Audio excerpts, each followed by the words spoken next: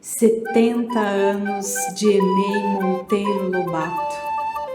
Uma escola é feita não de salas e muros, mas sim das muitas vidas que por ela passaram. 70 anos de vida, 70 anos de histórias. E que tal acompanhar os 70 anos da Emei Monteiro Lobato, escutando muitas dessas histórias de vida? Sherazade passou 1001 noites narrando histórias. Nós estaremos juntos escutando 7 histórias de vida a cada mês, até completarmos 70 histórias, 70 vidas, como se fossem 70 noites de puro encantamento, desenrolando um longo fio, onde a história tornará viva as tantas vidas desses 70 anos de Emei Monteiro Lobato.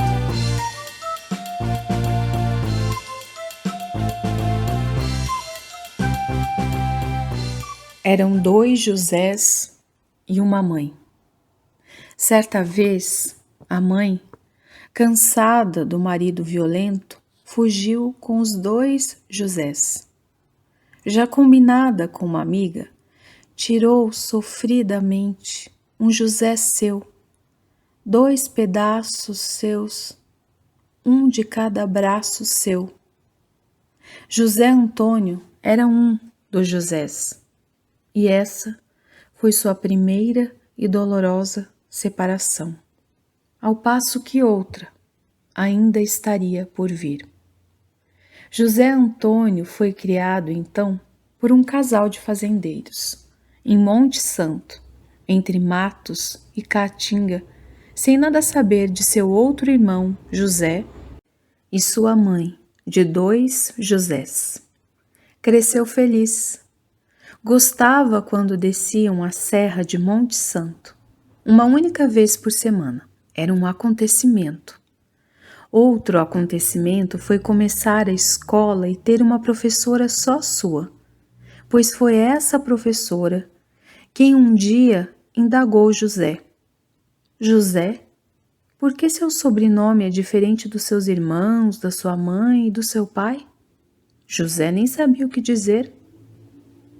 Tal fato nunca lhe chamara atenção, nem conseguia entender o alcance daquela pergunta, que não era um detalhe, era a chave.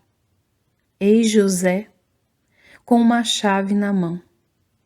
Mas que porta vai abrir, José?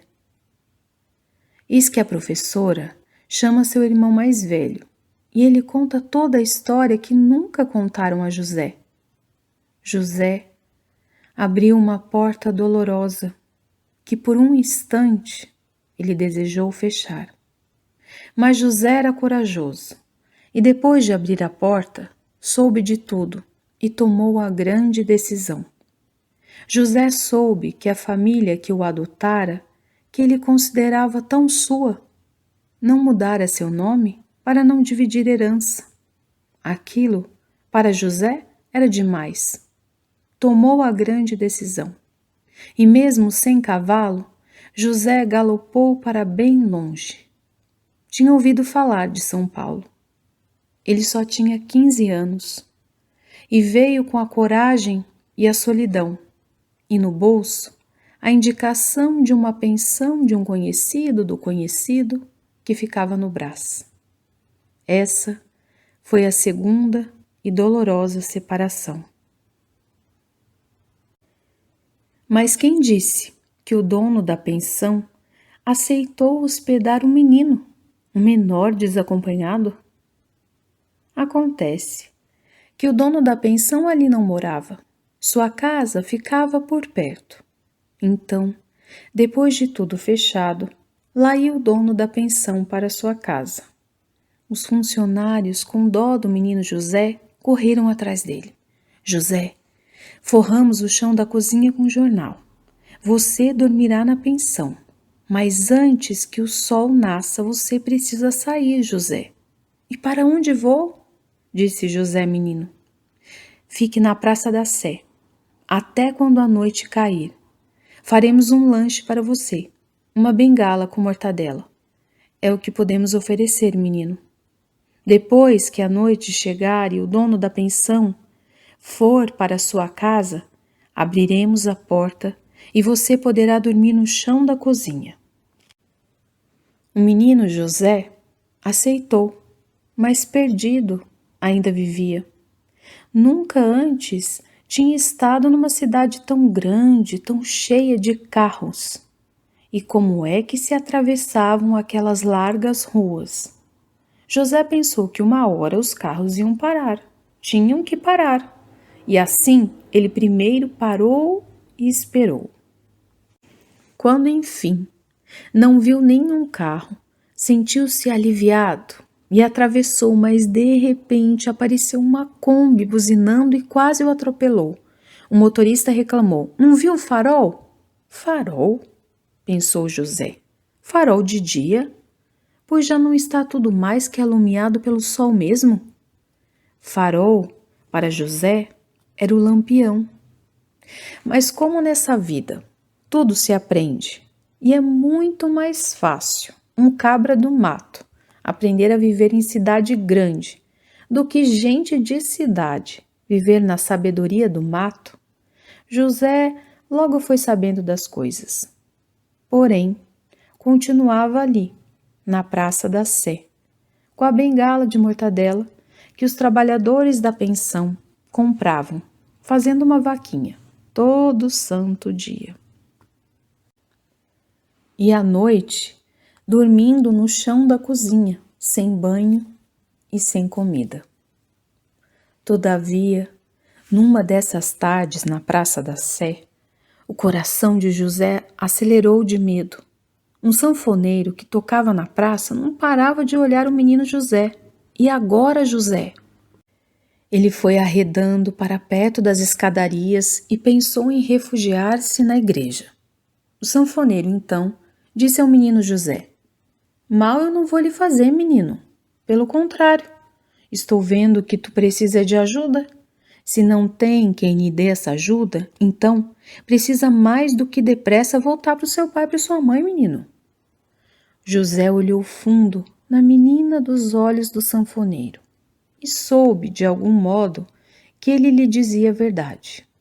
"Olha, menino", disse o sanfoneiro, "você precisa tomar um banho, comer. Venha comigo. Em minha casa encontrará repouso." José contou ao sanfoneiro que dormia numa pensão e que gostaria de voltar lá para contar sobre a ajuda que ele lhe daria. E assim foi. Depois de tantos dias difíceis, José tomou banho, comeu uma comida boa na rua 21 de Abril, no Bresser, onde morava o bom homem, tocador de fole. Mas à noite, José ainda voltava para a pensão. Até que um dia, o homem que tocava sanfona disse que era arrumar um pai para José, porque ele, artista das estradas, não tinha muita parada. E José ganhou um pai, também chamado José, seu José Augusto, mais conhecido mesmo como Babazinho. José foi morar com José e agora tinha uma porta para abrir toda a noite, uma cama, uma janta, um trabalho e um norte. José foi trabalhar como office boy numa papelaria. Mas certo dia, um homem, vendo ainda menino José, ofereceu-lhe um trabalho pelo qual ele receberia o dobro do que então ganhava. José, menino que era, aceitou e nada contou ao Babazinho.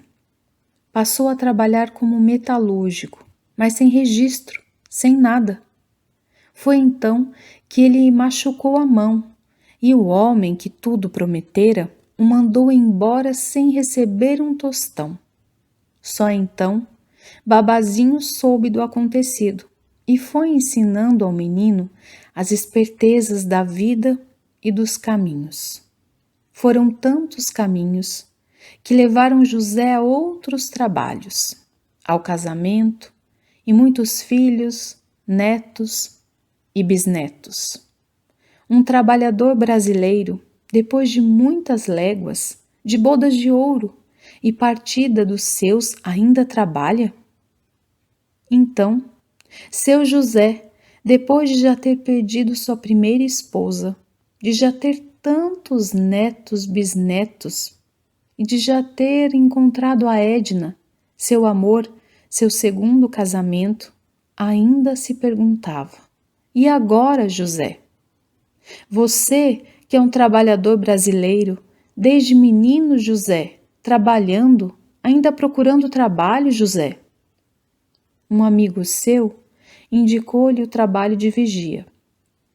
Seu José de primeiro recusou a sugestão, mas no fim acabou por prestar concurso e tornar-se vigia de uma escola pública. E lá estava de novo seu José, na escola. Essa escola era Monteiro Lobato. José era sempre contador de causos, e um dia ali na escola contou a uma professora da EMEI Monteiro Lobato a sua história. A história da mãe de 2 Josés. A vida, nas suas cruzadas, é tão bonita que, assim como no grande momento da história de José, que deu início a esse conto que agora narro a vocês, foi uma professora quem chamou de novo a atenção de José. José, pois você nunca tentou encontrar a sua mãe? Não, respondeu José. Tal ideia nunca lhe ocorrera e nem conseguia compreender o alcance daquela proposta. Eu vou então ajudá-lo, José. José, mais uma vez, tinha agora uma chave e sabia bem que porta poderia abrir. A professora chamava-se Perla, já tendo partido dessa vida, mas cumprira a promessa prometida. Procurou um programa de TV e, de fato, o apresentador entrou em contato com José e começaram a procura. Depois de um tempo, ligaram para José e disseram: achamos sua mãe, José. Tinham encontrado a mãe dos 2 Josés. Como ela já tinha 76 anos, disseram a José que não fariam um encontro ao vivo, pela TV, pois havia muita gente desencontrada numa grande fila da saudade. E a mãe de José, sendo mais velha, não podia esperar. José respirou aliviado, pois era só o que faltava: encontrar a sua mãe e ter que esperar em fila de saudade. José já não tinha esperado a vida toda? O primeiro encontro ainda foi pela rádio. José chorava e a mãe também. Não se viam, mas podiam se ouvir. Ouvir a mãe já era tanto. A mãe só conseguia pedir perdão, perdão, perdão. José já tinha perdoado. Uma vida separados, e quando finalmente se encontravam, José nem se lembrava da dor. Queria finalmente sentir o amor da mãe dos Josés. Logo mais, José finalmente viajou para Brasília, onde ela morava, e foi conhecer a sua mãe e seus 4 irmãos. A mãe não demorou a partir dessa vida, mas antes conviveu muito com o seu José. O outro José também acabou sendo encontrado, porém, mais arredio, ficou mais apartado.